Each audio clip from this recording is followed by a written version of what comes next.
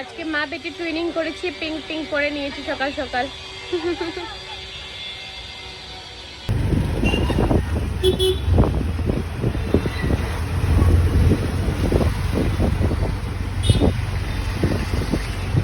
আমরা হসপিটালে পৌঁছে গেলাম, এখন যাচ্ছি ভিতরে।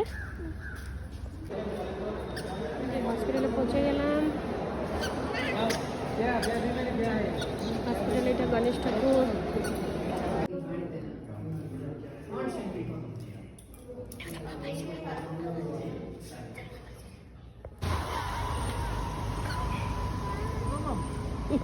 এখন আমাদের ডাক্তার দেখানো হয়ে গেছে, আমরা এখন চলে যাচ্ছি ঘরে। বলো টাটা, টাটা বলো সবাইকে, বলো। এই দিদা টাটা দিয়েছে, টাটা দাও।